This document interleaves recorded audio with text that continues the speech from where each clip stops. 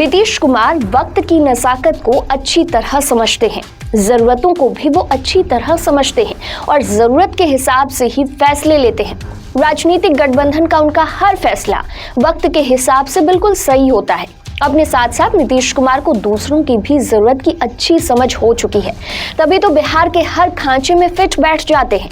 जैसे राजनीतिक दल बीती बातें भूलकर नीतीश कुमार को गले लगा लेते हैं, जनता भी तो सिर आंखों पर बिठाए हुए है। अगर बिहार की जनता नीतीश कुमार के साथ नहीं होती तो भला उनका गठबंधन चुनाव कैसे जीत पाता।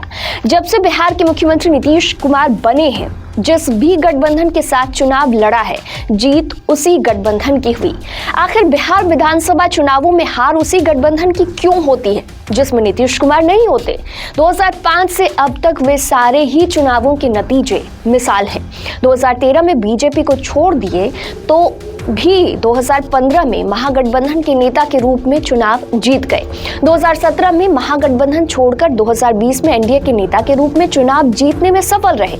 नीतीश कुमार में ऐसी खासियत तो है ही कि पिछले एक दशक में बीजेपी और लालू यादव की पार्टी आरजेडी को हर वक्त उनकी जरूरत बनी रहती है। अभी वो बीजेपी के साथ चले गए हैं, लेकिन आरजेडी को अब भी उनकी शिद्दत से जरूरत है। बीजेपी के साथ जाने से नीतीश कुमार को नुकसान तो हो सकते हैं, लेकिन फायदे भी बहुत लगते हैं। अभी तो हर कोई मानकर चल रहा है कि नीतीश कुमार के पाला बदलने का ये अंतिम वाकया है, लेकिन अब भी कोई गारंटी नहीं दे सकता कि भविष्य में अगर मौका मिला तो वो चूक पाएंगे। तो आज के इस वीडियो में आपको बताते हैं कि बीजेपी के साथ जाने से नीतीश कुमार को कितना नफा, कितना नुकसान हो सकता है। मौजूदा विधानसभा की बात करें तो नीतीश कुमार तीसरी बार मुख्यमंत्री पद की शपथ ले चुके हैं और अब तक 9 बार बिहार में रिकॉर्ड है। 2020 के चुनाव नतीजे आने के बाद फिर 2022 में एनडीए छोड़कर महागठबंधन में चले जाने पर और अब 2024 में फिर से एनडीए के मुख्यमंत्री के रूप में 2020 के मुकाबले बीजेपी के साथ नई पारी देखने में काफी मुश्किल लगती है। माना तो तब भी जाता रहा कि बीजेपी के साथ नीतीश कुमार के लिए काम करना मुश्किल हो रहा था, लेकिन इस बार ज्यादा दिक्कत लगती है। तब भी बीजेपी ने नीतीश कुमार के दोनों तरफ 2 डिप्टी सीएम बिठाए थे, लेकिन इस बार 2 ऐसे नेता हैं जो नीतीश कुमार के खिलाफ हमेशा ही आक्रामक रुख अपनाए हुए देखे गए हैं। सरकारी फैसले लेने में नीतीश कुमार को दिक्कत तो पिछले चुनाव के बाद मुख्यमंत्री बनने पर भी हो रही थी, लेकिन अब तो लगता है हर काम मुश्किल हो जाएगा। लेकिन ये नौबत आम चुनाव खत्म हो जाने के बाद आएगी। हाल फिलहाल दूसरी बातों की चिंता होनी चाहिए, लेकिन इस मामले में तो सब ठीक ही लगता है। 2019 का लोकसभा चुनाव बीजेपी और जेडीयू 17 सीटों पर लड़ी थी।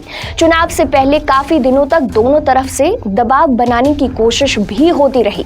बड़ा सवाल यही होता कि बड़े भाई की भूमिका में कौन होगा। मुद्दा तब तक खत्म नहीं हुआ जब तक प्रधानमंत्री नरेंद्र मोदी की मंजूरी नहीं मिल गई और बीजेपी नेता अमित शाह की तरफ से नीतीश कुमार के ही एनडीए का नेता होने की सार्वजनिक घोषणा नहीं हुई। इस बार तो लोकसभा सीटों के बंटवारे की बात आई तो बीजेपी अपनी ही चलाएगी और बंटवारा बराबरी पर तो कतई नहीं होने वाला है। 2024 की लोकसभा सीटों के बंटवारे का आधार 2020 के विधानसभा चुनाव के नतीजे हो सकते हैं और उससे ज्यादा गुंजाइश नहीं लगती। बीजेपी अपने हिस्से में सीटें तो ज्यादा रखेगी ही। नीतीश कुमार के अलावा भी दावेदार कई हैं। चिराग पासवान और पशुपति कुमार पारस ही नहीं, जीतन राम मांझी के अलावा उपेंद्र कुशवाहा भी दावा पेश करेंगे और ऐसा संभव भी हुआ तो सभी की हिस्सेदारी नीतीश कुमार के कोटे से ही पूरी की जाएगी।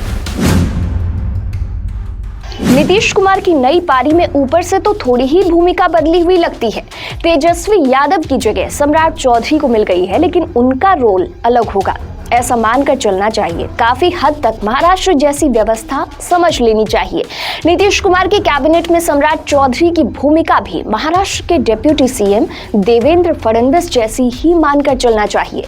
बीजेपी नेतृत्व का मिजाज तो सबको मालूम ही है।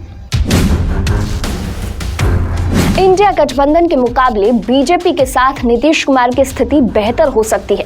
मुख्यमंत्री तो वो 2025 तक ही रहने वाले हैं, बशर्ते लोकसभा चुनाव के बाद भी बीजेपी नेतृत्व का दया भाव उन पर बना रहे। अभी तो राजनीतिक मजबूरी है बीजेपी की भी। आम चुनाव होने तक वो कुछ भी डिस्टर्ब नहीं करना चाहेगी। नीतीश कुमार को उम्मीद जरूर होगी कि बीजेपी के साथ आ जाने से कम बिहार में सम्मानजनक विदाई हो सकेगी। सत्ता की राजनीति के हिसाब से अगर देखें तो बुढ़ापे में पेंशन की तरह किसी राजभवन में भी जगह मिल सकती है। सबसे बड़ा सवाल यही कि क्या ये उनकी आखिरी पारी है, क्योंकि नीतीश कुमार के पास कोई छिपी हुई स्कीम हो तो किसी को नहीं मालूम। जिस तरह से नीतीश कुमार अभी लालू परिवार के खिलाफ नरम रुख अपनाए हुए हैं, साफ है वो वापसी का स्कोप बंद नहीं करना चाहते। लोकसभा चुनाव के बाद आरजेडी की भी हैसियत मालूम हो जाएगी। साथ नहीं होने पर लालू परिवार नीतीश कुमार को भले ही पलटू राम कहता रहे, लेकिन कुछ ही अंतराल पर ऐसी नौबत आ ही जाती है कि दोनों गले मिल जाते हैं।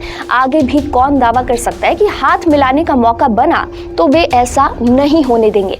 नीतीश कुमार के लिए मुख्यमंत्री की कुर्सी तो वैसे भी 2025 तक ही निश्चित लग रही है, लेकिन किसी को क्या मालूम वो बिहार की राजनीति के चाणक्य हो ना हो, लेकिन नीतीश कुमार तो है ही, और नीतीश कुमार के पाला बदलने वाली हुनर का तो कोई सानी नहीं है।